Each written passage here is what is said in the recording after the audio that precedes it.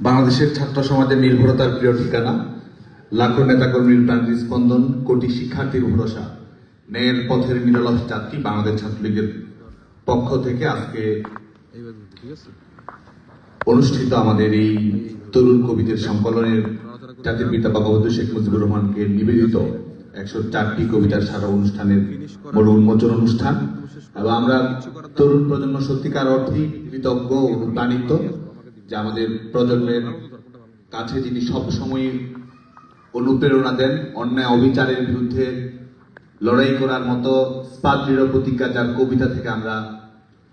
সবসময় শিখতে পাই, জানতে পাই, এবং যিনি বাংলাদেশের ইতিহাস সম্পর্কে মানব মুক্তির আন্দোলনের অগ্রদূত জাতির পিতা বঙ্গবন্ধু শেখ মুজিবুর রহমানের সঙ্গে আমাদের তরুণ প্রজন্মের